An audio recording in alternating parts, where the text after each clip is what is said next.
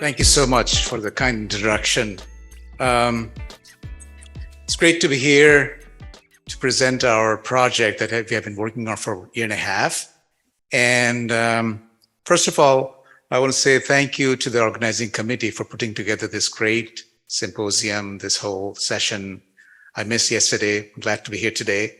And lots of good sessions. Wonderful to be here.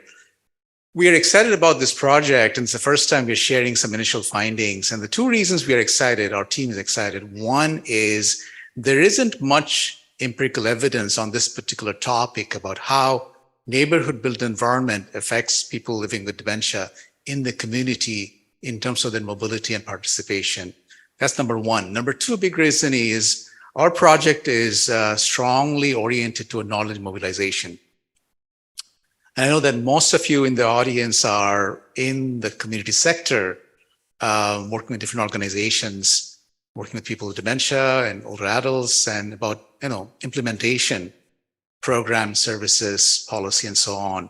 So I think this is the perfect audience for this particular presentation. So thank you for being here. So the topic is developing supportive neighborhood environment, built environment for people with living dementia. Our particular project name is DEMScape. We got creative. It stands for Dementia, Inclusive Streets, Community Access, Participation, Engagement, as you can see. But in short, we like to say it's about buildscape. It's about landscape that is responsive to the needs of people with dementia. So that's the DEMScape part. So not worrying too much about the details there. So let's see.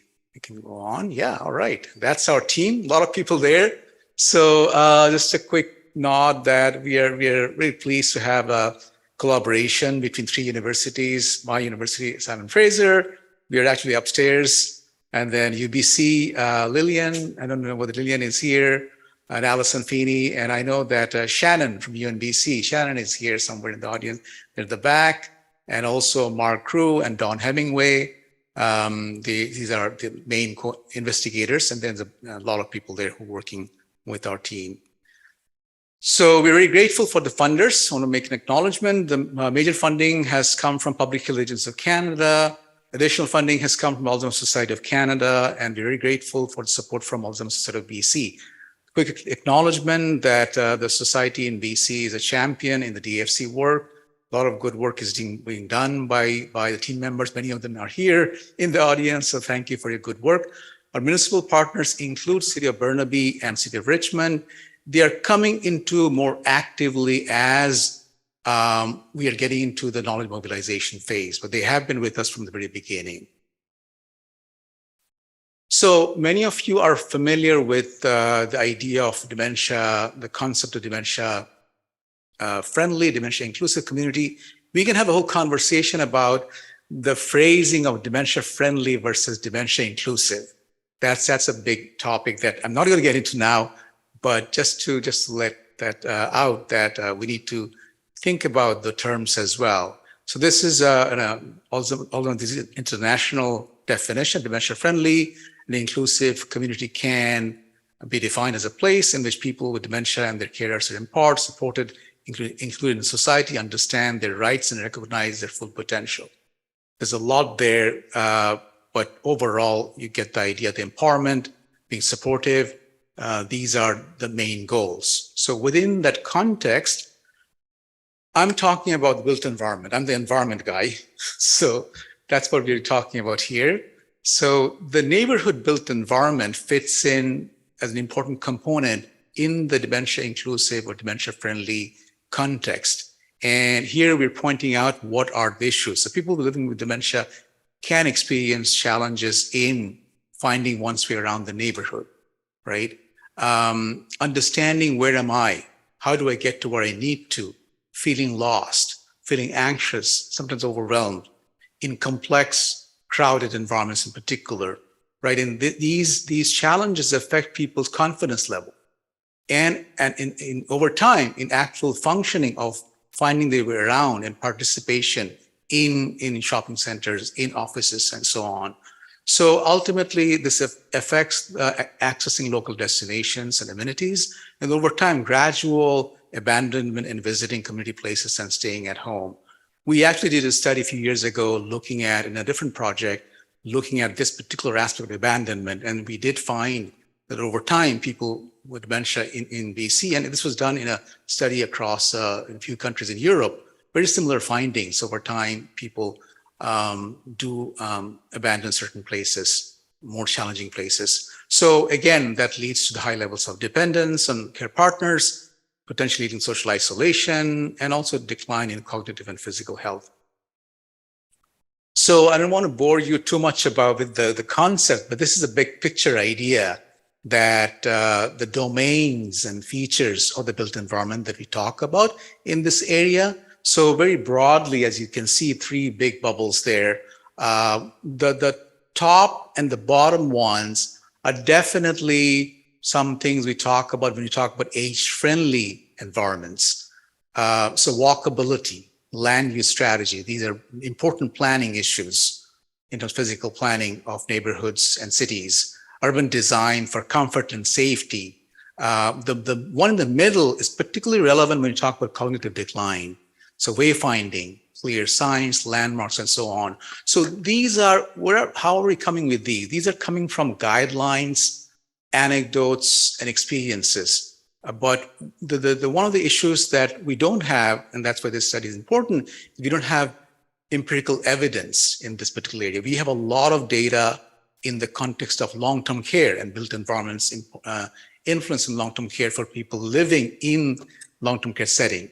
That's going on for over 25, 30 years. But when we talk about the neighborhood built environment, this is where we lack evidence. So that's why this particular framework is very helpful for us as we move forward. So our objectives include identifying neighborhood destinations people living with dementia visit and changes in the patterns. So that's an important aspect about how the changes happen over time. That's something we're looking at as part of this study. And identifying neighborhood environmental features that affect their outdoor mobility, engagement, and social participation. So in this project, we have successfully included 32 community dwelling individuals living with mild to moderate level of dementia, or some of them had mild cognitive impairment, and in some cases, their care partners, depending on their family circumstances and so on. In Metro Vancouver, we had 26 participants, 11 individuals, and 15 dyads. And then in Prince George, our team in the north from UNBC, there were 6 participants and dyads participated in the study.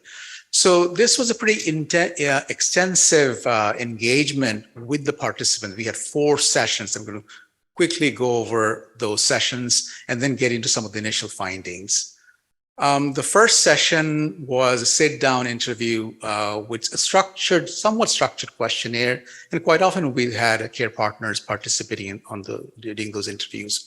In the sit-down interview, the first one, we talked about, beyond demographics, the temporal spatial patterns of out-of-home activities. So we had a questionnaire called ACT OUT, which was developed in Sweden and used extensively in 5 countries, including Canada in a previous study. So we looked at that, used that particular questionnaire to look at how things have changed over time, right? And then looked at the walking routine.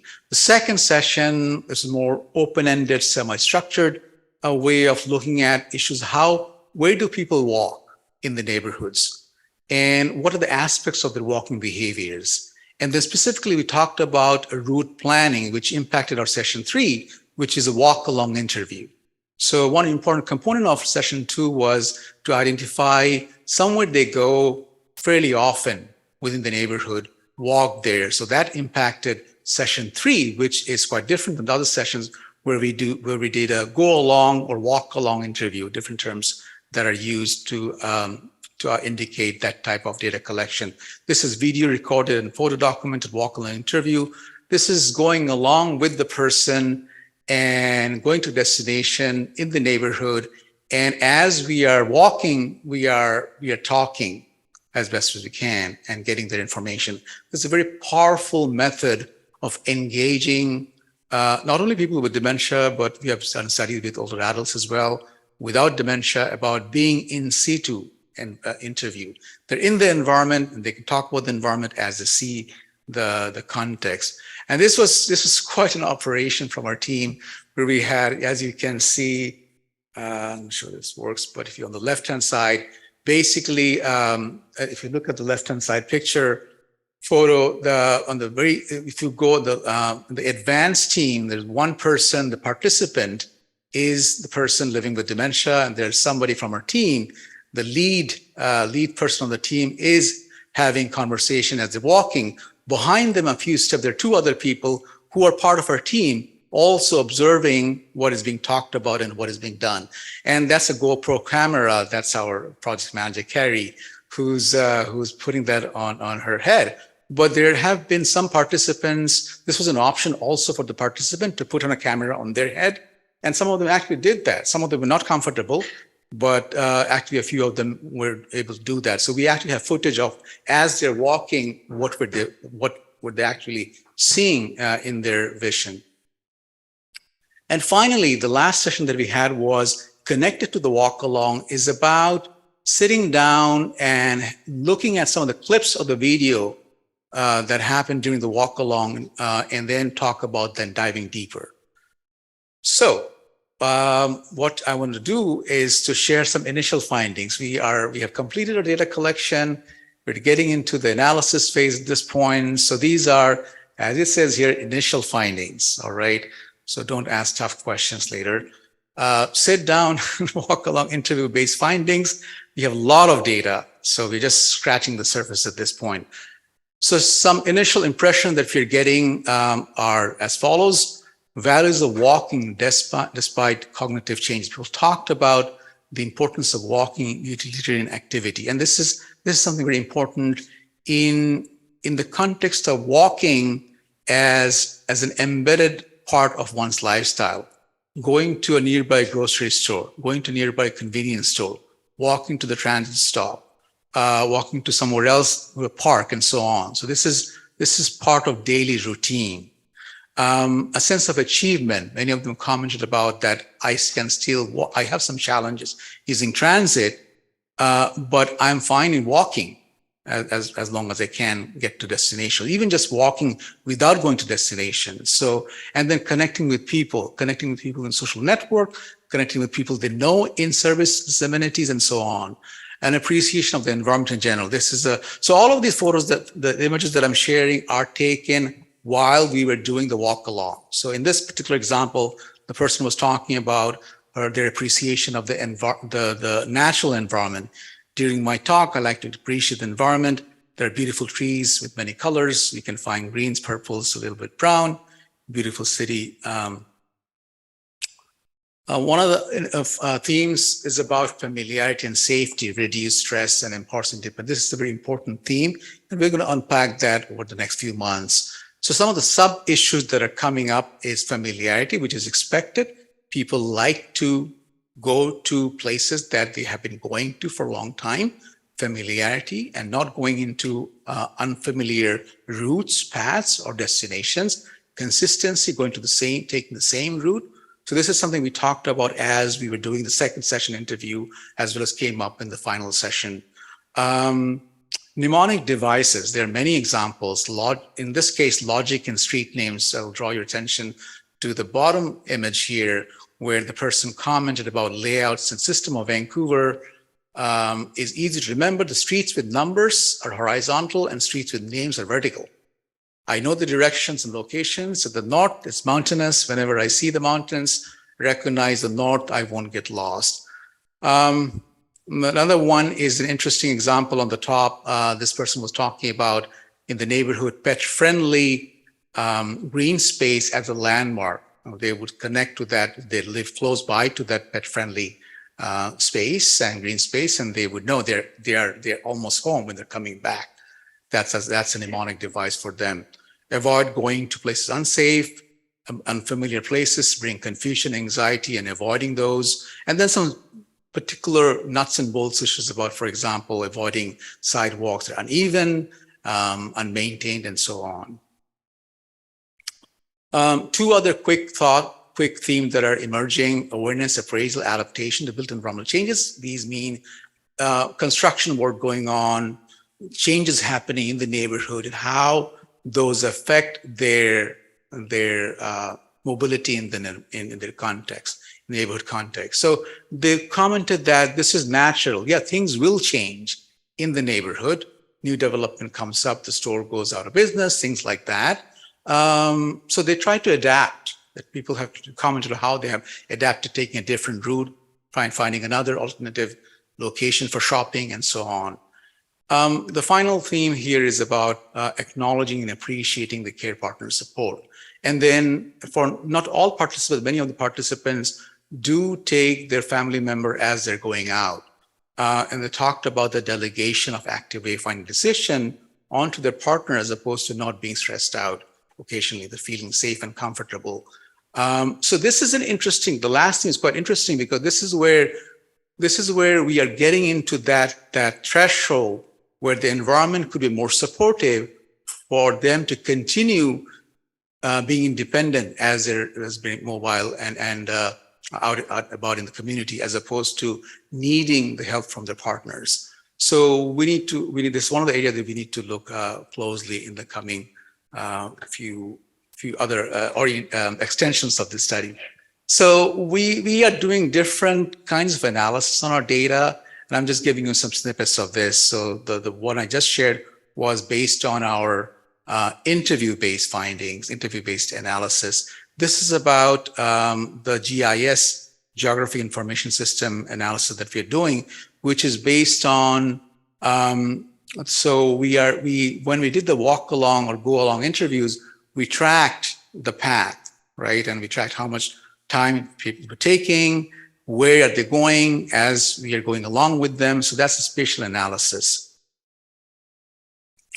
So this is a conceptual framework connected to the GIS analysis. Really what we did was we looked at obviously the demographic characteristics, these are included up there, and then the walking journey characteristics. We are diving deeper, looking at the granular level of this journey they took with us, right? Which is representing, so just to remind you, this was chosen by them based on their regular lifestyle experience. Where do they typically go? And that's what we went with. And then we did this analysis based on several geodatabases. So we worked with different cities, census data, and so on. Some of these databases are mentioned here. So that's giving you a sense of where things are. I mean, some of the participant location in Metro Vancouver.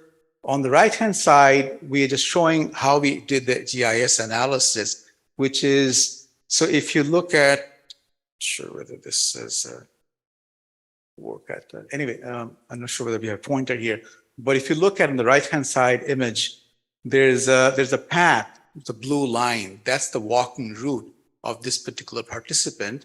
And then what we did was we compared the walking route of the person, which is in this image, that if you can see the blue line, and then the other colored images, colored sections are what we call walking sheds or walk sheds, which is a 5-minute, 10-minute, 15-minute, 20-minute walk sheds. So we compared the different granular level information about their walking route vis-a-vis with their walking shed context, right? So some of the things that we found include this. Among the journey characteristics, people on average walked about 33 minutes, a round trip, going to the destination, coming back, right? 80% of the participants walked to destination with a 15-minute walking time ring. So this is interesting because this has impact for physical planning of cities and neighborhoods about locating amenities within the 15-minute, 10-minute blocks of people where people live. And this is consistent with some other studies in age-friendly neighborhood context.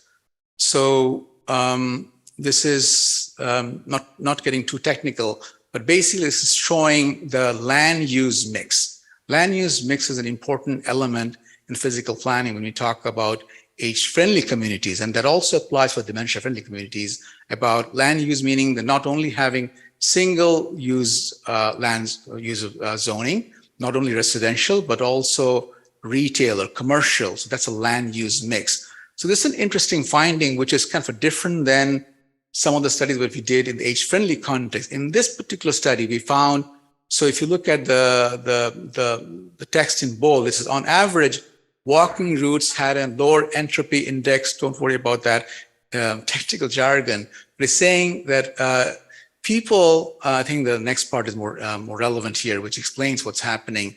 More participants chose routes with less exposure to mixed land uses than the surrounding walkshed.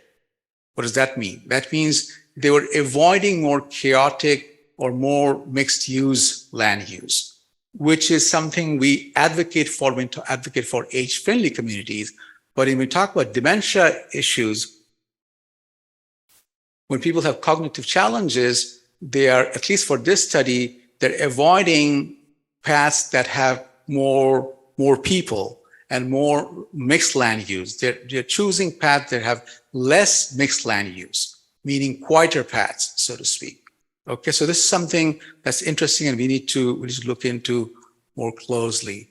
Presence of intersections, which is about, so what does that mean? That means when you are walking, you're coming to an intersection, do you take a left? Do you take a right? Do you go straight? That kind of decision you have to make. In this case, we're looking at four-way intersections. So we found the four-way intersections are potentially more problematic in decision-making. Where do you want to go from in four-way intersection?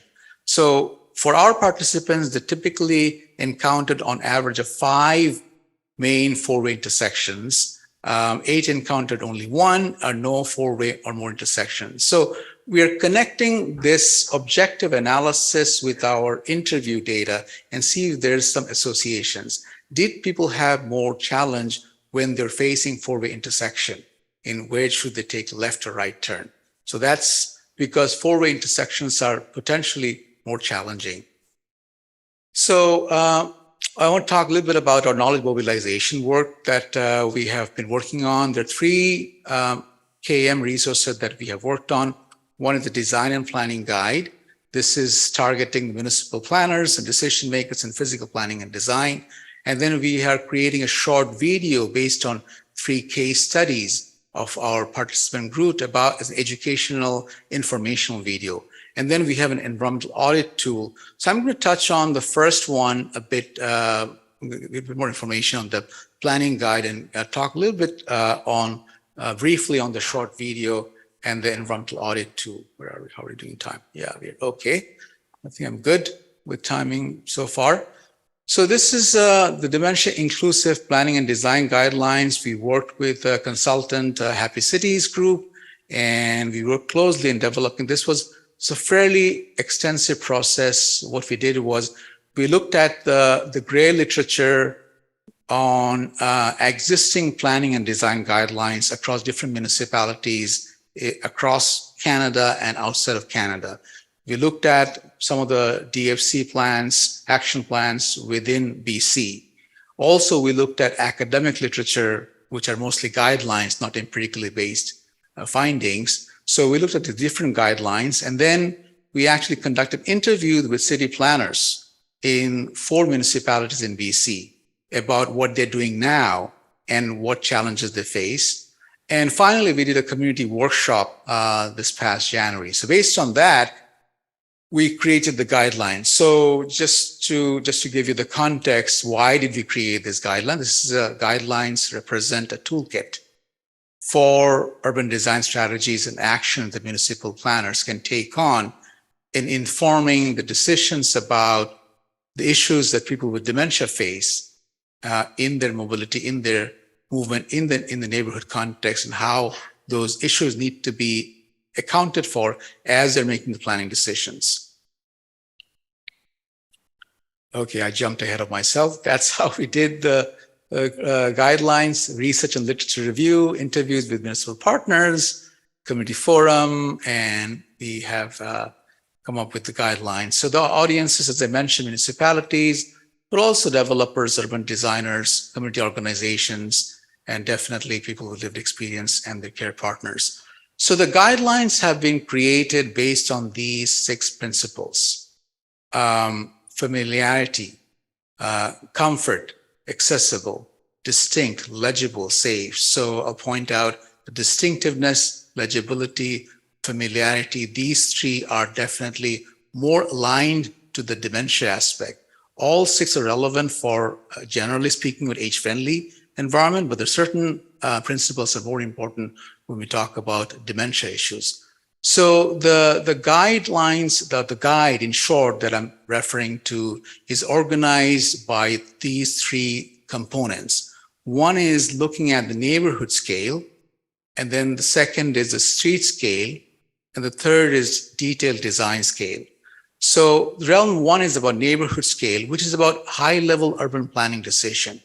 So street grids, how we design streets make a difference. How walkable your neighborhood is, how easy is it for you to find places. The build form, the transit routes, open space, and so on. So just to give you an example from this realm, under strategy build form, there are action items. So for example, this one is showing two action items: retain heritage landmarks, heritage structures as landmarks. So these could serve as landmarks for people as they're being mobile in the neighborhood. Create distinctive buildings. As we talk about new construction, to think about what do the buildings look like, and creating distinctive facade, distinctive elevation, distinct features that would make them stand out from the rest of the context in the neighborhood, so that they could serve as landmarks and not really preserving the existing ones. And the next realm is the street scale, which includes the mid-scale design decisions. So this is a very important part at the basic surface level when people are walking. Pedestrian paths and sidewalks, pedestrian crossings, building edges, and so on. So again, giving you some examples: transit stops, providing ample seating at transit stops. And this is an interesting example that we talk about, that seating is so important. And this overlaps with, again, age-friendly community issues, that we need seating so that people can sit as they need to sit. Especially important when we talk about the issues about wayfinding, that if I'm feeling lost, if I'm feeling anxious, can I sit down somewhere, reorient myself, and then if you need some help, can I reach out to that person as I recollect my orientation, right?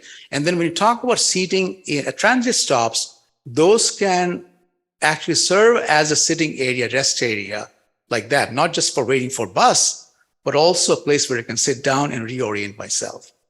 Okay. At the detailed design scale, this is pretty a large realm, the different elements within that, and you can see the number of strategies. There's 10 strategies within the detailed design level. So what are some of the examples?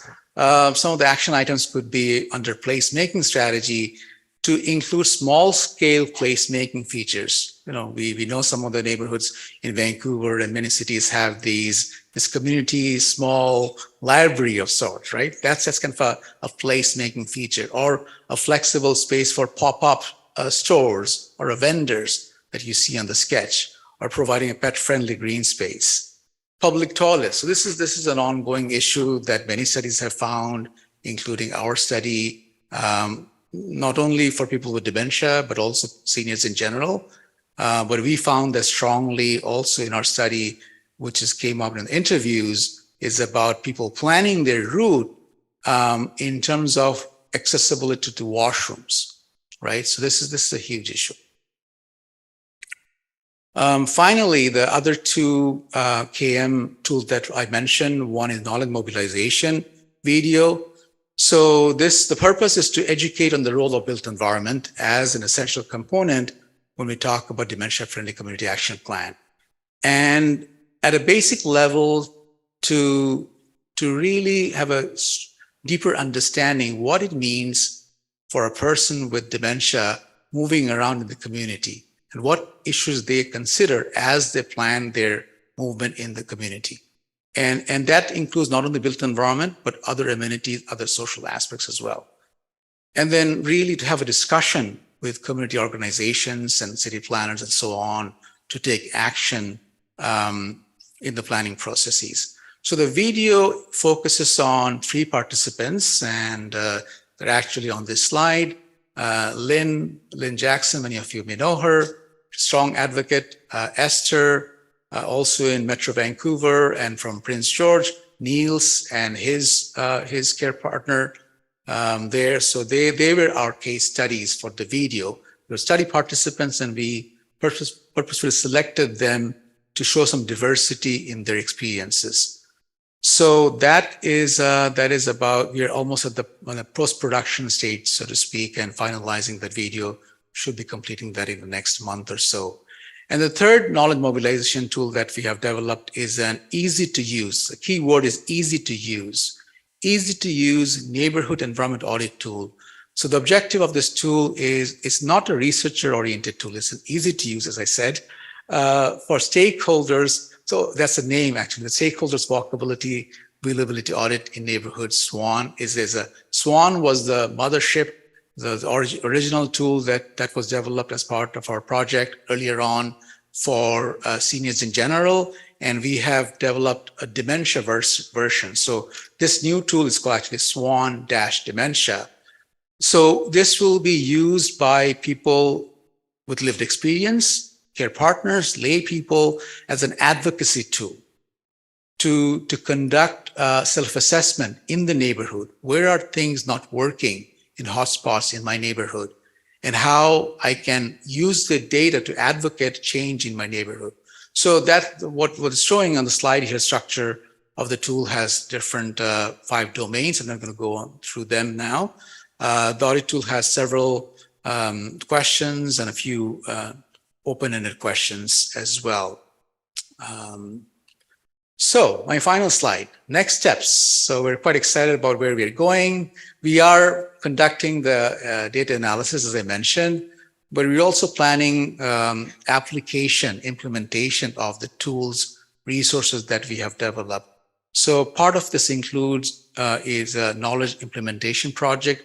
We are pleased to be partnering with City of Richmond, City of Burnaby. Thanks to Anthony back there to support us from the City of Richmond. We got a good partnership with City of Burnaby as well.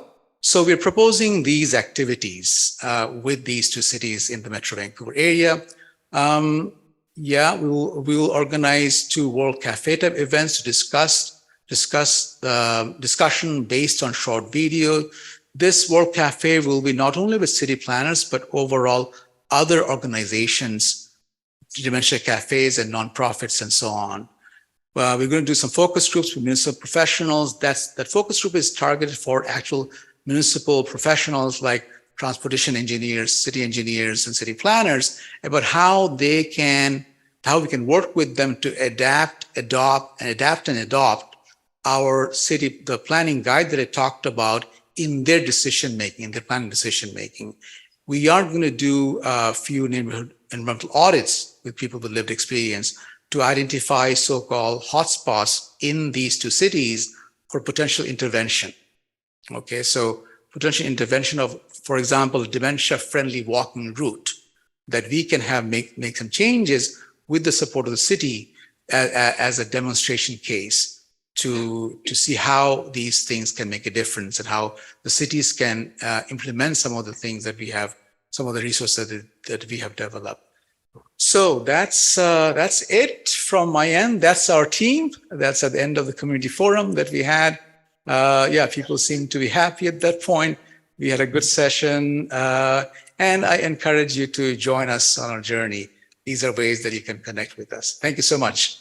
Thank you very much.